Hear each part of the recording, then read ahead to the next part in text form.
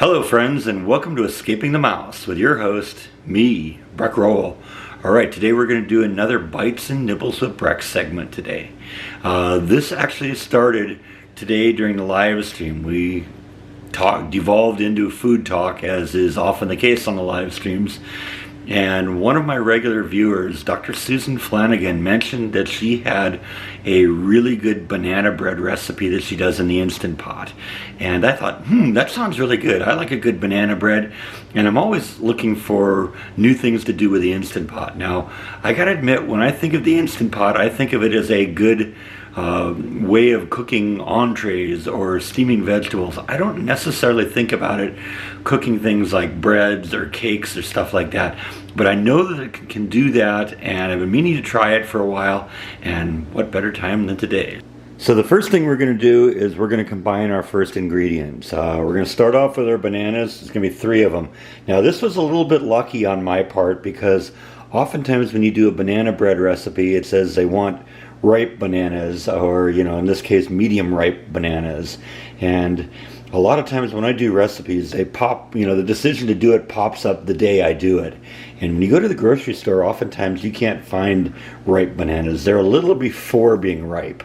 So I thought that might be an issue. I might end up having to put off doing this one for a couple of days, but it turns out they had what I would call medium ripe bananas. So we got lucky that way, and we're going to combine that. Half a cup of the unsalted butter, which is 1 stick, 3/4 of a cup of granulated sugar, and 1/4 of a cup of brown sugar. That's packed. So I'm just going to put all that into the bowl. Since I'm going to be using the mixer, I'm just using my mixing bowl to do this, because ultimately I'm going to use high tech to do this here. So get everything in there. And then I got just a nice old-fashioned mashed potato masher, and I'm just going to kind of mash everything together. And I'll show you what that looks like in a couple minutes. And that's sort of what that looks like. Next thing we're going to do is I'm going to put on my little mixing paddle here onto the mixer. Lock that into position. And we're going to add 2 eggs, about a teaspoon of vanilla extract, and a 1/4 cup of sour cream. So I'm going to turn this into a slow mix. We're going to add the eggs. It says put the eggs in about 1 at a time. Let them mix in.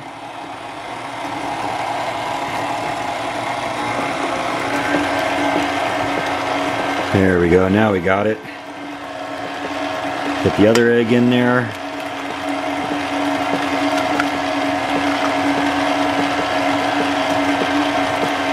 I'm going to put in my teaspoon of vanilla extract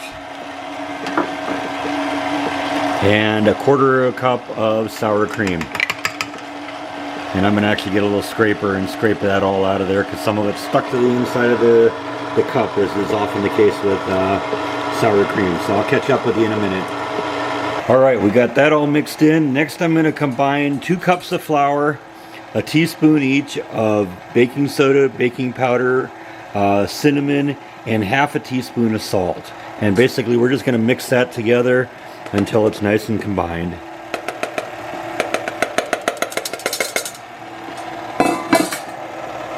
That should only take a minute or so.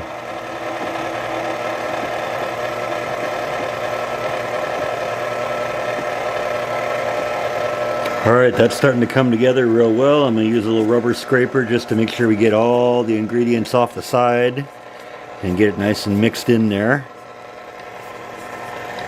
I think that's about ready to go.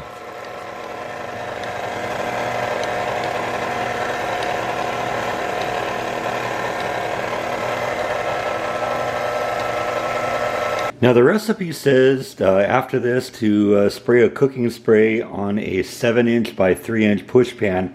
A push pan is one that the bottom doesn't connect to the sides. It's basically the bottom just sits in there, and that allows you to easily remove stuff from the pan. Like I said, I don't have a push pan, but I have one of these spring-form pans that's a little bit larger, and so we're going to use that, and I think that'll work just as well. So I'm going to spray a little cooking spray in there, because we don't want it to stick. And then I'm going to pour pour the batter into there, and I'll use my rubber scraper to make sure I get every last drop out of here.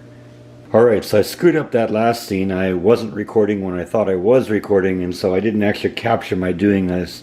So you're going to have to just kind of use your imagination on this one. Basically, I put a sugar and cinnamon mixture on top of it. And basically the sugar and cinnamon mixture is very easy to mix. It's a quarter or half a cup of granulated sugar and 2 tablespoons of cinnamon. And I just kind of sprinkled it over the top, about 2 tablespoons. I actually put a little bit more than 2 tablespoons because there's no such thing as too sweet when you're dealing with banana bread, right? Next step is the Instant Pot.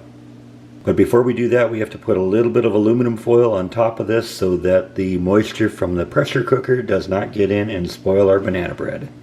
So it also says make sure you leave a little bit of room inside for it to expand. Now, since the original recipe called for a 7-inch push pan and this is like a 9-inch pan, that shouldn't be much of a problem, but I've made sure to pinch it around the edges just to keep all the moisture out. Next, I put about 1.5 cups of water into the Instant Pot and a little cake pan here. This is basically, the purpose of this is just to keep the pan itself from sitting in the water. It'll rise about 1 inch or so above the water level, and that just keeps the water from leaking into our pan and messing everything up, ruining the recipe. So next thing I'm going to do is I'm going to gently put the cake pan on top of that, and we'll go from there.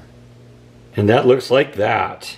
So next thing I'm going to do is I'm going to put the lid on and secure it, and then we're going to start the baking process. So we're going to select pressure cook. I'm going to set the cook time for 55 minutes. And we're already set to high pressure. If it isn't on high pressure like you see there, you press the pressure level button until it does that. So we'll start this up, and it'll build up the pressure and cook for 55 minutes, and then I'll see you then. Alright, 55 minutes have passed. The beeper just went off. I'm going to turn off the keep warm button, but what we're going to do is we're going to let it naturally vent for about 15 to 20 minutes, and then we'll quick release everything else. So catch up with you in 15 or 20 minutes. Alright, it's been about 15-20 minutes, so I'm going to vent the rest of the pressure. Wasn't a whole lot left. And of course you wait for the little pink button to drop, and the pressure is vented.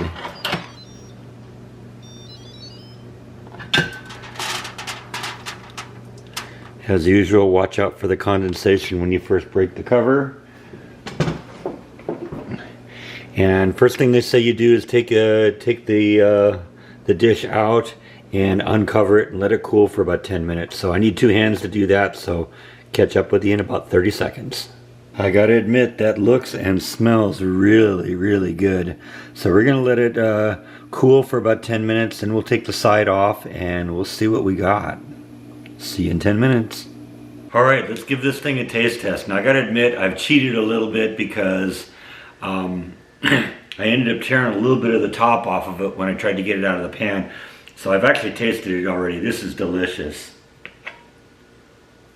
Yeah, it's really delicious. It's really moist and really light, and it's got a really good banana flavor. Now they recommended you could maybe augment it with other things like nuts or other things like that if you're so inclined. I decided to stick just with the basic recipe.